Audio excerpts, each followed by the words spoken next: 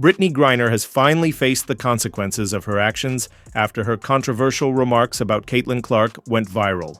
Although the WNBA tried to overlook the issue, the outcome is now clear. This serves as a strong reminder that while justice may be delayed, it can never be denied. Indiana Fever and Atlanta Dream played. Indiana Fever is where Caitlin Clark plays. Atlanta Dream is where Brittney Griner plays. Now you tell me what it looks like Brittney Griner is saying here. The ticky-tack fouls that we were talking about earlier today. For a little bit of context, this was in the fourth quarter after Brittney Griner fouled out against Caitlin Clark, and Indiana Fever would go on to win by 5. Now I'm going to tell you what I think she said. Let's play it back. Looks to me like she is saying trash and then calling Caitlin Clark a bleep white girl. Just a reminder, this is who Joe Biden traded for the Russian merchant of death. So many WNBA players hate Caitlin Clark so much when she is the best thing that could have happened to the league. And she's not the best thing that happened to the league because she's white. The league that shielded Brittney Griner for weeks has just made a decision that changes everything. Her career could now be in serious jeopardy. And frankly, the consequences she's facing are a direct result of her own actions. What's more satisfying, seeing accountability finally catch up to Griner for her controversial remarks, or watching the WNBA finally step up and enforce its own standards. The moment everyone has been anticipating is here. After weeks of silence surrounding her comments about Caitlin Clark, the WNBA has dropped a major announcement that's sending shockwaves through the basketball world. The same organization that once seemed unwilling to hold Griner accountable has now been forced to act, and the outcome is nothing short of dramatic. If you want to get people never to watch the WNBA, this is an amazing way to do it. If the league is going to be rooted in this sort of nastiness with regard to its only real star, good luck to them. Well, folks, the left has a real problem in the United States. They've spent the last several decades talking about how racism is an endemic problem in American life. And there's a problem with that problem, which is there's not enough. Let's begin with what led to this moment of swift consequences. Griner was clearly caught on camera mouthing the words "trash white girl" after fouling out of a game against Caitlin Clark and the Indiana Fever. Griner was caught on tape during a game with the Indiana Fever, dropping racial slurs against Caitlin Clark. I mean, pretty obviously doing so. Ticky-tack fouls that we were talking about earlier today.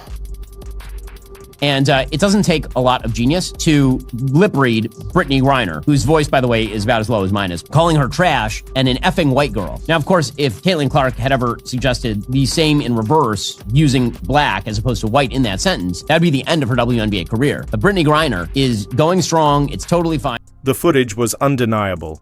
Multiple lip-reading experts confirmed what was said, and the intent behind the comment was clear to anyone watching, yet instead of taking immediate action, the WNBA appeared to shift into damage control mode to shield one of its veteran stars. This is the same league that quickly launched investigations into unverified claims of racism from Indiana Fever fans, yet suddenly seemed unwilling to acknowledge a very real and public incident. When one of their own was caught making a racially charged remark on national television, the response was silence. They downplayed the evidence, dismissed valid concerns, and hoped the controversy would fade. But karma has a way of bringing the truth to the surface, and the protective wall around Griner just collapsed in dramatic fashion. What else happened to everybody else? I mean, I know there's always consequences to actions. You know, what I did, I already know that I was going to get, some time for that. And, I respect, I got 3 games. Okay. Not disputing that at all. Do I think that it shouldn't have been 3 across the board? Boom, everybody involved in it, 3-3-3? I think that would have been, honestly, fair. I would have been happy today with that. Not today. And it's not because of my suspension. The suspension of Brittney Griner's contract isn't just a response to a single incident. It reflects a broader pattern of behavior that the league can no longer overlook. This is the same player who openly criticized crowd noise at games, seemingly frustrated that fans were finally paying attention. It's also the same individual who was brought home from international detention only to later make divisive remarks about fellow American athletes. That sense of entitlement and lack of accountability has finally caught up with Brittney Griner is playing a game, and this is what Brittney Griner calls. I was not going to comment on any of this stuff until this took place. Watch what she says. The entire internet has reacted to this. Here's Brittney Griner. They're playing against the Indiana Fever, and look what she's saying. Go ahead, Rob. Or the ticky-tack fouls that we were talking about earlier today. Well, that pretty much sounds like trash effing white girl. Yeah. I mean, let's just be honest. So the whole market reacts to this with Brittney Griner, right? And then the other quote, Rob, then I'm going to wrap this up and then I'm going to go to Adam. Put the quote of Brittney Griner, what she said about the NBA. This is so funny how all this stuff works out, right? She says, this is from Brittney. Every time we play her, there's this commotion, like this loud rumbling from the stands. Turns out it's people, thousands of them, just sitting there, watching on purpose. It's very disruptive. It's called the freaking game that they pay you money to play. Don't play the game. The financial consequences of this suspension are significant for Brittney Griner. She's not only missing out on game checks, but also losing endorsement deals, sponsorships, and any real chance at restoring her public image following this controversy. The prisoner exchange that secured her return to the U.S. at the cost of a convicted arms dealer was a high-stakes move by the government, and many now see her recent actions as a disappointing response to that effort. Every dollar lost serves as a reminder of what was risked and what she may have jeopardized with a single reckless moment.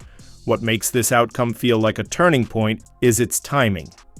The WNBA can no longer afford to shield controversial players. Caitlin Clark has brought an unprecedented wave of attention and revenue to the league, drawing in new fans who expect professionalism and accountability. These new viewers, many of whom discovered women's basketball through Clark, are unlikely to tolerate divisive or inappropriate behavior, especially from veteran players who are expected to lead by example. In the end, business interests finally outweighed the politics of protection. The suspension announcement rippled through social media, largely because many believed Griner was untouchable. She had previously weathered controversy, from past remarks to dismissive comments about fan enthusiasm, but this time, the consequences were real. The message is clear. No player is above the standards of the league. The protective image that once surrounded her has finally begun to fracture. By Autumn Johnson. BG, right now you have 10 points, 5 rebounds. We see the Atlanta Dream as being very... Right now she's talking to the refs about holding.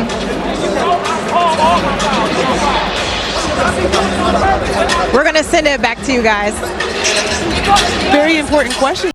The timing of Brittney Griner's suspension is particularly impactful, coming just as the WNBA is aiming to build on the growth driven by Caitlin Clark's rising star power. Sponsors and television networks are increasingly unwilling to associate themselves with players who make divisive remarks on national television. The league office has finally recognized that protecting Griner was costing them far more than holding her accountable would. Financial realities have spoken, and Griner's behavior became too costly to overlook. The contract provisions allowing for this suspension were always part of the standard player agreements, details that many overlooked. The WNBA had the authority to act all along but chose to delay until the pressure became impossible to ignore. This makes their earlier hesitation all the more indefensible and the eventual disciplinary action all the more satisfying. Justice delayed in this case has made the outcome even more meaningful.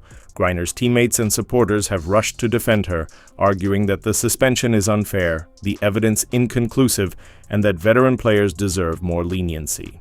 However, these claims do little to counter the clear fact that she was caught making racially insensitive comments about the league's biggest star on live television.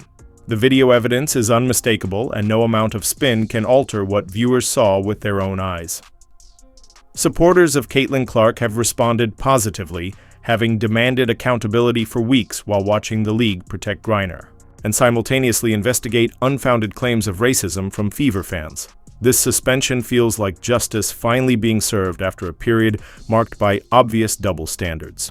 The relief throughout the basketball community is palpable, as many were beginning to lose faith in the league's commitment to its core values. The precedent set by this suspension is significant for the future of the WNBA. It sends a clear message that no player is immune from consequences, regardless of their status or past contributions. This is exactly the accountability professional sports organizations need to maintain credibility with fans and sponsors. The culture of special treatment for certain players is finally being challenged in a meaningful way. Media coverage of Griner's suspension has been intense, forcing journalists to confront their own biases. Many outlets initially downplayed or ignored the incident, but now they must explain why they failed to demand accountability sooner. The gap between media narratives and fan expectations has never been clearer. Financially, the impact on Griner extends well beyond her WNBA contract. Endorsement deals are being quietly cancelled, speaking engagements withdrawn, and future opportunities fading. The repercussions of her remarks will follow her for years, which is appropriate when public figures cross these lines. Corporate America has little tolerance for such behavior, especially when documented on video.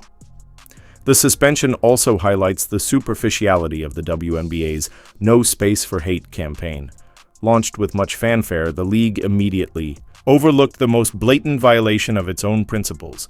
It took external pressure to force action, revealing a commitment to these values that was more marketing than reality. The hypocrisy is striking even by professional sports standards. Adding to the weight of the situation is the context of Griner's return to the U.S. via a prisoner exchange, a deal that involved trading a convicted arms dealer. For many, recent actions represent an ungrateful response to that sacrifice, which adds a layer of poetic justice to her downfall. This suspension sends a powerful message to other WNBA players. Protection from league leadership is not guaranteed. Those who have previously escaped consequences for problematic behavior may now question if they are next. The emerging culture of accountability could reshape the league for the better, as the fear of consequences is often the strongest motivator for change. The timing of this decision also aligns with critical television contract negotiations and sponsorship renewals. The WNBA could no longer risk having racist behavior overshadow these discussions. Protecting Griner had become more costly than disciplining her, compelling the league to act. The financial argument for accountability became impossible to ignore when millions of dollars were on the line. Social media reactions have largely supported the league's decision. Fans who had grown disillusioned with the WNBA's commitment to its stated values are celebrating this rare moment of genuine accountability. This widespread approval confirms that the decision was both a sound business move and a moral imperative. Public opinion turned against Griner the moment the video surfaced. While there may be legal challenges ahead, Griner might contest the league's authority to enforce this suspension. The evidence and contract language strongly favor the WNBA. And avow, such challenge would likely only draw more attention to her misconduct and further damage her reputation.